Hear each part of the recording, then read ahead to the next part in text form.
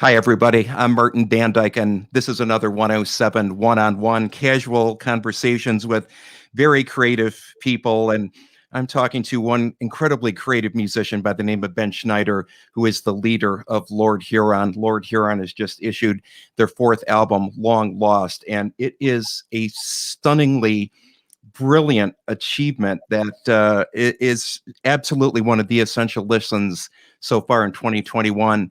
Ben, how are you? Thanks for joining us on 107 One-on-One. I'm doing well. Thanks for having me. Oh, man. Tell us how long you have been working on this album. And of course, my first question for everybody these days, how are you? How have you survived the last 14, 15 months or so, the months, the 15 months like no other? Well, we're well. It was definitely a strange experience as it was for everybody, but we're happy to be sort of feeling like we're getting to the other side of it now. Timing was lucky for us. We weren't meant to be on the road that much in 2020. So, luckily for us, we were just in the studio working on this record, and a lot of people didn't have it so easy. A lot of people were meant to be out there making their livelihood, traveling around, doing shows, and it's been really tough for them. So wishing all the best to those people, and getting excited to get back on the road ourselves too. Yeah, this album had been kind of cooking for, the way I work generally is I collect fragments over the years, stuff I start writing on tour. And then as soon as we have a break, I kind of sit down and lay it all out and figure out what it is that it wants to become. So we had recorded most of the band tracking just before the pandemic hit, just before lockdown here in LA started anyway. So I remember we were just about to do a pedal steel session on March 9th. And we had to cancel it because nobody was sure what was going on. Thinking we'd take a couple of weeks away from the studio and then get back to it, but it turned into a lot longer than that, as we all know. Oh, yeah. We know from your band name and the biome we've read about you. You're from Michigan originally. Give us some background. I'm really curious. Were you born in Michigan? I was born in Lansing, Michigan, and grew up in a suburb near there called Okemos. Oh, sure. Yeah, and had bands in high school and whatnot there. Played at a few venues around the state, mostly in Detroit and Flint, and so a couple of places in Lansing in high school. And then I went to school in Ann Arbor, actually, so I know your town, and lived there for 4 years. U of M. Yep, at U of M. Yep, I studied painting there, and left in 2005. Moved abroad for a little while, and then to New York for a little while, and then came out here for what was supposed to be a 3-month trip, and I've just been in Los Angeles ever since. So truly, it was not going to be a permanent thing when you moved out there. It wasn't going to be permanent, but I don't know. It really charmed me. Michigan's always kind of the place nearest and dearest in my heart, and I still spend a lot of time there. And obviously it's inspired me a lot, but at some point you got to broaden your horizons, and this was a place that really, I don't know, it just kind of bewitched me once I got here. I was not expecting it to at all. Well, take us into the writing of this album, the songs on this album. What kind of time frame are we talking about? How long did you spend writing all of this material, first of all? I guess it would probably span over a couple of years. Like I mentioned earlier, I kind of tend to collect bits and pieces and fragments and then piece it together once we have time, on the road, I do get to write quite a bit on the road, but it's hard to really dig into it because you're just constantly on the move, I guess over a couple of years, I sort of pieced it all together, and then really starting in 2019, really started demoing it out and seeing how it all fit together. We've been working in the studio, Whispering Pines, our studio, for about 7 years, and it's just really been a really inspiring place. It was built in the 70s, and it's kind of an old studio like they don't make anymore, a big tracking room, glass control booth. And we both tried to find some of the history about the place, and don't mind this guy. It's better here than jumping on the board, which he was doing a moment ago. I'm glad he wants to hear what I have to say too. He's very interested. And yeah, we tried to figure out the history of this place without too much luck. So we just sort of started inventing characters, people who we kind of imagined had gone through there and worked there. And it's got a very haunted feel, not in a threatening way, but it just feels like, I don't know. There's just a lot of energy hanging around in there that feels like something you could tap into if you did it just right. And I always, like to try to write through character's perspective, just to get away from my own experience and try to, you know, broaden the scope of our songs. I'll create characters and go so far as to give them names and backstories and everything, which might seem like overkill, but I just enjoy it, and I think it also just helps build some more, depth to the content, hopefully. So yeah, we created all these characters who sort of feel like they exist in different genres, and then we were able to sort of write the songs from their perspectives. I've seen this word used before, and it comes to my mind listening to your music, and especially the new album "Long Lost" is cinematic. And even on the back of the album, my CD, it says this recording is intended to be joined in sequence and without interruption, which to me is what you're supposed to do when you see a film in a movie theater, not at home where you can look at your phone and check your email and stuff, but you surrender yourself to the film. And I've done this with this album repeatedly, and I'm entering another world here with the album and with everything. I mean, the lyrics, the beautiful arrangements, the artwork, which you had a major hand in as well. So there's a whole lot going on here, just in terms of a concept and a mood and a feel that you're trying to get at. And I've heard all sorts of descriptions of trying to capture what you're doing on this album, Ben. And something that came to my mind, and this is, critique this if you will, but Roy Orbison meets Jean-Paul Sartre or something like that. I'll take that. That sounds pretty good to me. Is that okay? Is that way off base? But I'm seriously, I mean, this is early, to me, rockabilly feel, and the songs have that cinematic, Roy Orbison cinematic operatic feel in a way to them.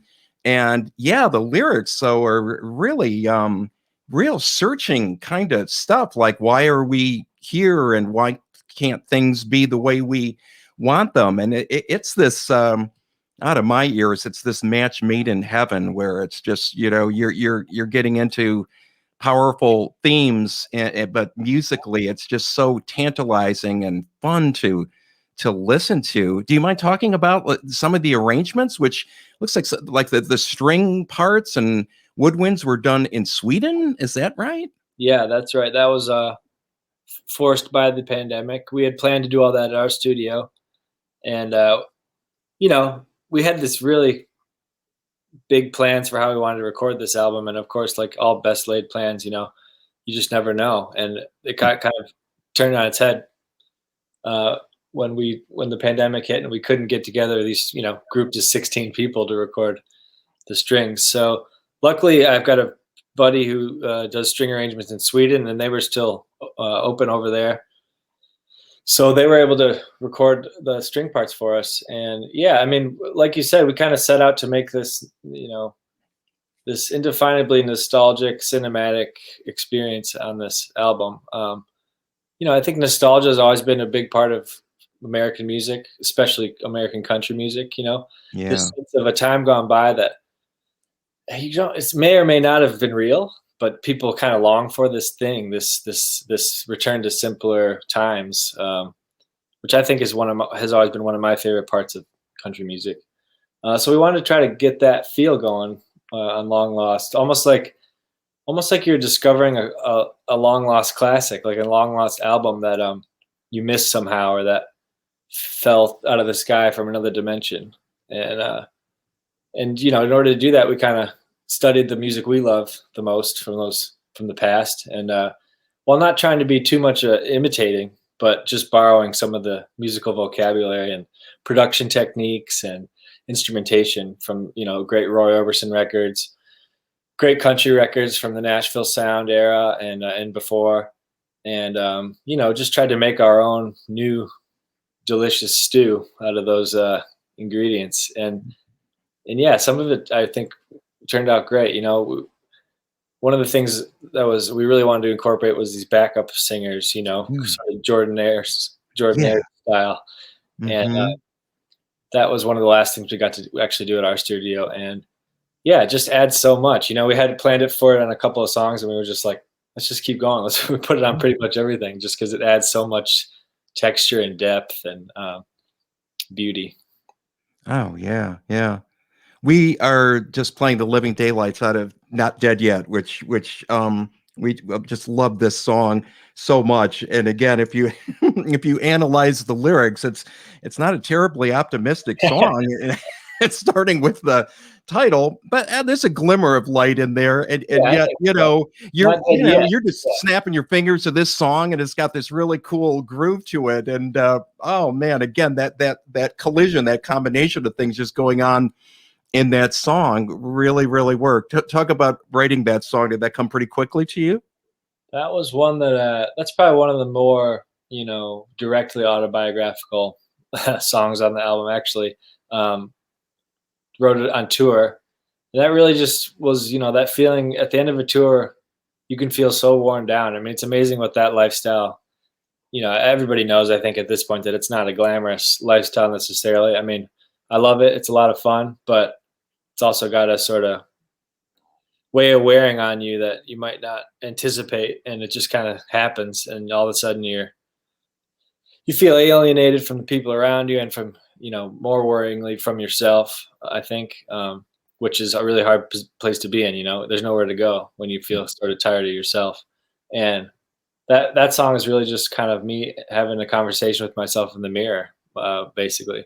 And really literally just written in hotel rooms after shows, and demoed in hotel rooms. And yeah, it's definitely not a totally happy song, but I think there is a glimmer of hope in it, just in that, you know, I'm facing that I'm facing that dark issue, which I think Yeah. is the first step in heading towards something good. A lot of times, I'll write songs kind of following my worst impulses to their inevitable conclusions, as a way of sort of avoiding, falling into those things. It can be a form of therapy, I guess, or a way for me to imagine turns my life could take, and Hmm. hopefully finding the ways to avoid heading that way.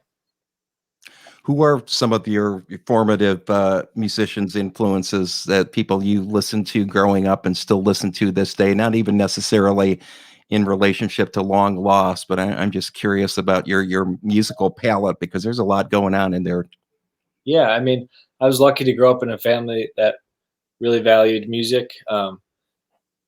My parents are both big music fans, and I had two older siblings too. So just constant barrage of music growing up. For my parents, the big artists were, the first things I remember hearing around the house were Bruce Springsteen and Johnny Cash, Roseanne Cash, Neil Young, Bob Dylan. Those were kind of my parents' big people. But then also some more country stuff, Lyle Lovett. Um, and yeah, I definitely soaked a lot of that. And that's kind of the music that, you go through phases where you hate your parents' music at some point, I think. But I never really did. Like with that stuff, it's just kind of been perennial music in my life. I mean, I guess maybe different periods of those artists at different times in my life, but they've all had something hanging around at every stage of my life. And then my brother was just hugely eclectic taste. Those were the Columbia House days. I don't know if you remember that, where you Oh paid. yeah, get a whole bunch of albums for Yeah, like $2-3 or something like exactly. that, right? Yeah. He was getting, I mean, all kinds of music. He got me really into hip hop in the '90s. He was really into Wu-Tang Clan and all those solo albums that came out of that group. And I was really drawn to them just because they built these worlds, really immersive sort of fantasy worlds that I thought was just incredible, and all the use of samples and stuff. I still think a lot about those records when I'm making records. But then I of course went through my punk rock phase in high school and had punk bands, and um, still love a lot of that music too. And Hey, it's really just gone. I was in the orchestra, so I listened to a lot of classical music too, and got into jazz a little bit. Still kind of exploring jazz more these days. But yeah, I mean, it's endless, really. I feel like I discover a new artist every week, and I still really love listening to music and finding new music and trying everything out I can. It's the beauty of it with any art form. It's endless, isn't it? I mean, I've been doing radio now for close to 40 years, and there's still things that I'm discovering, or things that, you may have dismissed or thought this isn't right for me. And then you get a few years older and go, oh my God, Leonard Cohen is now speaking to me directly, into my soul, where 10 years ago it was something that, it was, I don't know, not only didn't like it, I thought it was awful. And then 10 years later, you go, how did I ever think this was not good? It's Yeah, funny and it can be hard to keep that openness at times, because you like what you like, and you have your formative artists, right? That who are always going to be in your pantheon, but that there's room for discovery just all the time. I think that's the beauty of music and the beauty of art. And speaking of beautiful art, did you do all the artwork for the album? That's all you? it is. Yeah. As I mentioned before, I studied painting there at U of M, and originally came out west to be a painter, or that's why I was in New York, and then I came out here to do a show. I just couldn't make it in that world. To me, my art, my visual art, and the music is kind of the same thing. I'm trying to express the same thing, but I guess I was just more successful expressing it with Hmm. music than with visuals. But I think, like a lot of people during the pandemic, I picked up some of my old hobbies and Mm-hmm. started painting again, and not really intending it to be the album artwork necessarily, but it worked out that way. And Oh, it's gorgeous. thank you. Oh, it's so beautiful. It's so beautiful. Bring us into your band. Who are your bandmates? Have they been with you since the very beginning? I mean, this is, this is not, and I suppose it could be, Ben Schneider's new album, Long Lost, but it's always been Lord Huron, and it's always been a band. We need to give your bandmates their due. Who are they? Absolutely. Well, they're all from Michigan. Hmm.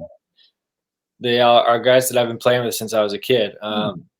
Me and the drummer Mark Barry met when we were 5 years old, Hmm. and had our first band when we were 12 there in Okemos. Tom Renault, who plays guitar, he joined that band a year or two later when he moved to town from Rochester, Michigan to Okemos, Michigan. And yeah, we played in bands through high school and through college. Miguel Berzeño, who's the bass player, lived a couple towns over from us in Diamondale, Eaton Rapids area, and he was playing jazz with Mark in high school and playing in bands around town in high school. And then yeah, we all went our separate ways for many years. People went to college or just to do their other, get out in the world and live their lives. And I recorded the first couple EPs on my own without a band, with and not expecting much to happen with Lord Huron, but started getting asked to play shows. And so I called Mark, who's kind of my only guy I knew who played music. He was living in Nashville at the time. He came out to LA to do a couple shows with me and put a band together. And kind of like me coming to LA, just expecting to be there for a couple weeks, he never left, and we pretty much have been on tour ever since. So he got Miguel to come join the band, and then Tom joined a couple years later. But yeah, it's my best friends from growing up. So it's pretty cool that we're all still getting along. Yeah, love it. Oh, yeah, yeah. That's not easy. I understand. Speaking of Michigan bands, I mean, growing up here, certainly and experienced how rich the Michigan music scene is. Who are some of your favorite artists from anywhere in Michigan who you still listen to these days, Ben? Well, I mean, I'll always be a huge Iggy Pop fan, and I remember at a young age finding out that he was from Michigan and just being blown away. Like, Oh yeah. I couldn't believe that someone that weird. It was very comforting to me that someone that weird and cosmopolitan and creative was from someone that hung out with David Bowie. was from my home state was pretty cool. I mean, I love Motown music. I think some of the emotion and production value that what went into that making that music is, pretty much the best that's ever been done. Um, Growing up, there was a pretty vibrant punk and rock scene there, and I remember seeing the White Stripes, very early on in Detroit, and thinking they were terrible. But love them now. So Oh yeah. Did you see him in the early days, Gold Dollar days? yeah, yeah, yep. Wow. So I don't remember where it was. I'm trying. So one of my friends dragged me there, saying they're going to be the next big thing, and I was just going to as many shows as we could back then. Basically, going to Jacoby's and Shelter and St. Andrews and all those great venues in Detroit, and and got to play there too in high school, which was cool too.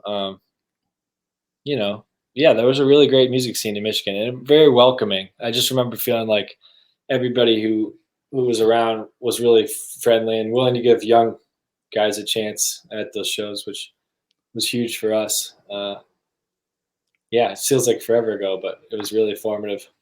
I'm delighted to hear you love the White Stripes because Jack White is one of my first cousins. Seriously, I'm not joking. His dear mom, my Aunt Teresa, is my Aunt Teresa, and it's staggering to have someone in your family to be at that level of success. It's kind of sort of mind blowing. When he made an album with Loretta Lynn, it just pretty much blew my mind. Yeah, I know. It's like, wow, how do you get to do that? Yeah. Let's look a little down the line. Do you have? We're giving away tickets, Ben, for shows on the air. I'm pleasantly surprised to see the concert scene returning, frankly, a lot more quickly than I thought. Our wonderful legendary club in Ann Arbor, the Arc, is going to be reopening at the end of July, probably full capacity by this fall. Do you have any dates set up right now? What are your plans to perform live and support a long lost? Yeah, we have some dates booked in September, all outdoor gigs so far. Kind of cautiously optimistic because we've had stuff booked, all throughout this, kind of kept moving the goalpost back as things evolved. But we're feeling pretty good that it's going to happen this time. Just trying to go about it in the most safe way, make sure everybody feels comfortable. So it seems like these outdoor shows are going to be the way. So we've got some maybe 10 dates booked right now on the coasts, and then we're going to start filling that in. Hopefully get in the middle of the country here soon too. We're really excited to get back out. Again, just want to make sure we're doing it the right way, not putting anybody in a situation they don't want to be in. And, the audience, but also our crew. And our crew is just, these guys rely on touring for their livelihood. So we're just dying to get them back to work. And what a horrible year for everyone. And, it's horrible for everyone, in the arts, but these are the people behind the scenes who are working so hard as well. And just to have the rug pulled out from under them, it's just been such a nightmare. Final question before we let you run, Ben. We talked a lot about music, but I want to ask you one more question about art because I'm so impressed by all the artwork that I see with this new album, Long Lost. Who are some of your favorite artists right now? Oh, wow. Visual artists, painters, or whatever. Someone, not musicians, but visual artists. Some of the best shows I've seen recently. I love big story artwork and some of just my favorites from over the years. I saw a Damien Hirst show a couple of years back in Venice. My wife and I were just passing through in Italy and had no idea, that he was doing this show there. And it was this great sprawling thing where he kind of imagined that he had found the wreckage of an old ship and all these artifacts that had come from it, and made these beautiful bronze and marble sculptures that are kind of look like they're from an old shipwreck, but as you look closer, they're referencing pop culture, and it's really beautiful stuff. They're covered with barnacles, some of them, and it was just a really cool thing to stumble upon. I wasn't that familiar with his work, obviously very well known, but I hadn't looked at his work much. Some of my favorites from before that. I'm a huge Cy Twombly fan. Mhm. I love his work. For the stuff for Long Lost, I was actually looking at a lot of Magritte.